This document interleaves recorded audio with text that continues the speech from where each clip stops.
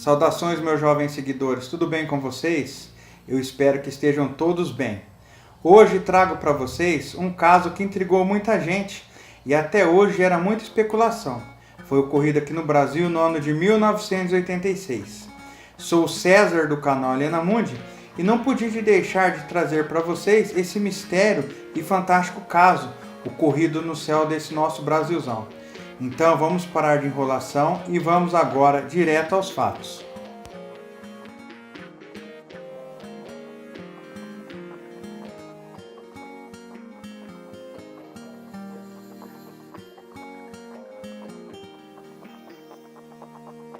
Pelo menos 20 objetos não identificados foram detectados entre 8 horas da noite de segunda-feira.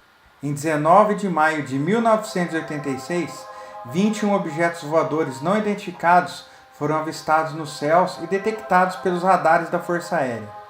Esses objetos foram observados por inúmeras pessoas no Rio de Janeiro, São Paulo e Goiás. Temendo que pudesse ser um ataque, aeronaves militares foram acionadas. 2 aeronaves F-5E Tiger II e de Salt Mirages 3 foram mobilizadas para investigar os objetos e, se necessário, defender o país. É quando isso fica interessante. Os pilotos descrevem objetos multicoloridos que voavam a mais de 4.000 km por hora.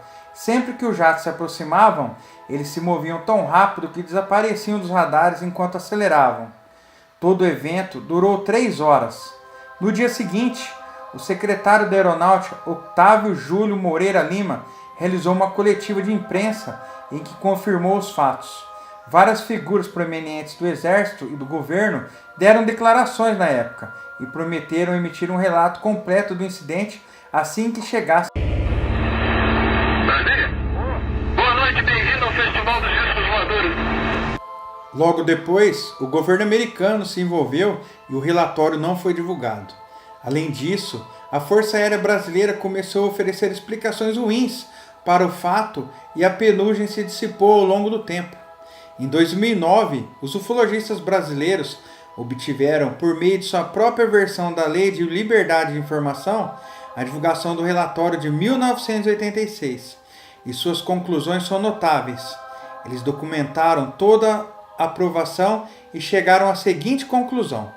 Em face dos fatos observados em quase todo avistamento, o comando coloca que os fenômenos são sólidos e refletem algum tipo de inteligência, devido à capacidade de rastrear e manter alguma distância dos observadores, e também voar informação, embora não necessariamente sejam tripulados.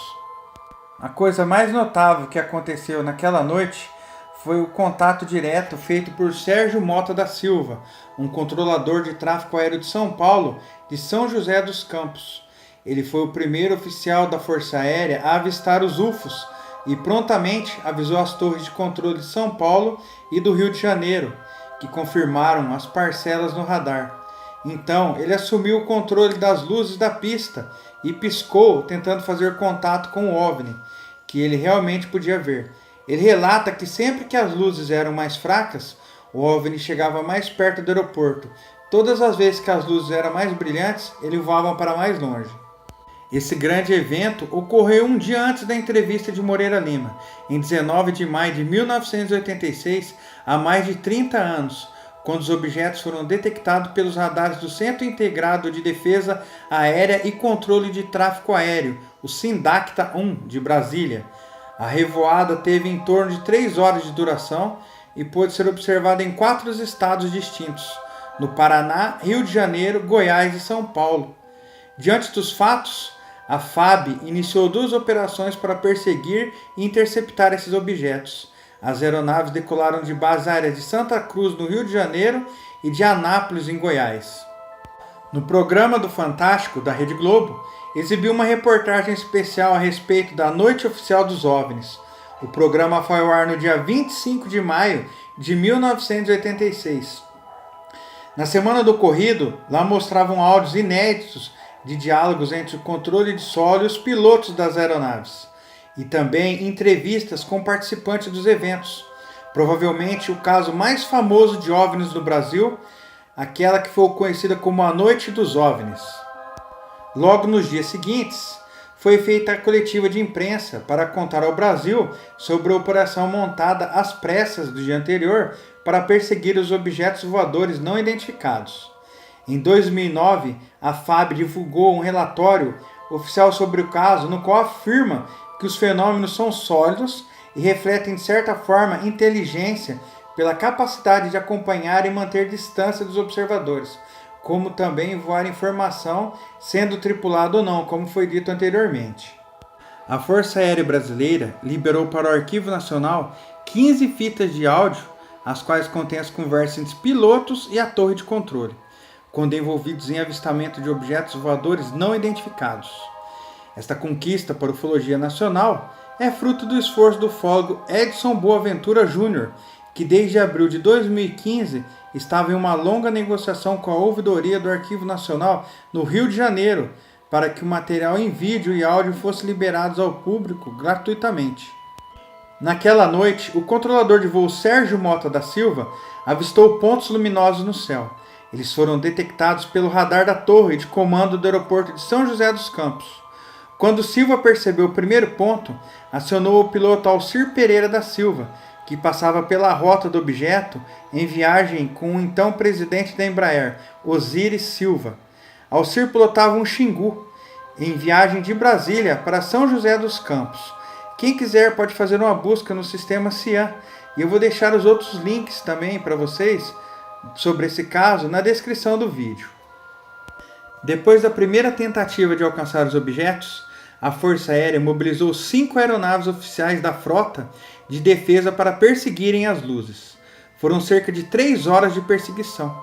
Apesar da repercussão do assunto na época, com declarações da aeronáutica e capas de jornais, os documentos de áudio que traziam detalhes do episódio conhecido como A Noite dos OVNIs foram considerados confidenciais pelo governo por quase 3 décadas e as investigações foram inconclusivas.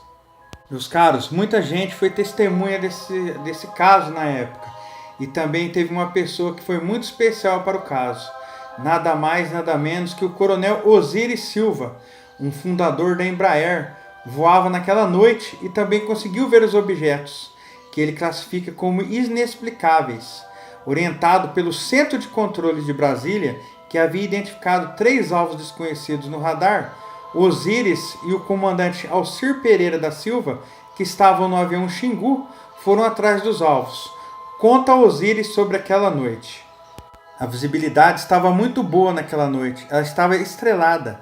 Entre as estrelas vinha um objeto que parecia um astro, meio arredondado e vermelho. Aí cheguei à seguinte conclusão: só que os astros não aparecem no radar. Para Osíris, o episódio continua sem explicação. Não dá para colocar tudo no racional. Temos que ter atitude de humildade e também que podem acontecer coisas que não temos explicação. Prefiro essa hipótese que estimula o sentido da investigação. O único registro fotográfico do evento, de um jornalista de São José dos Campos, foi confiscado pela NASA. Esse material nunca foi recuperado. À época, um cientista que se dizia da NASA foi ao jornal recolher o negativo desse material para análise. Era o único registro que tínhamos do que aconteceu naquela noite.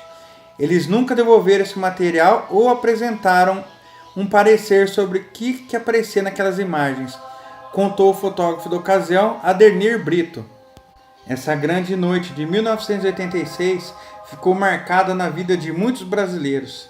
Esse se transformou em um dos principais documentos de ufologia mundial a apoiar a hipótese de uma origem não terrestre para o fenômeno dos discos voadores. E vocês, meus amigos, que acham desse fato? Você era dessa época e presenciou essa notícia? Ou mesmo viu alguma coisa no céu no dia 19 de março de 1986?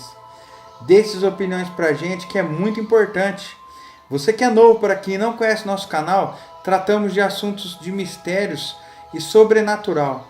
Se gostou, já aproveita e se inscreva no canal. Ative o sino para não perder mais nenhuma notificação.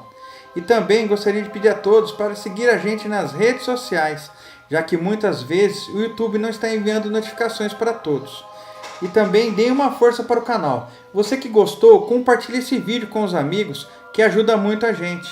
Se assistiu a gente até agora e gostou do vídeo, não saia sem deixar seu like, que também é muito importante para que o YouTube recomende esse vídeo para mais pessoas e para a gente saber que nossos conteúdos estão agradando vocês. Um grande abraço a todos, fiquem bem e até a próxima.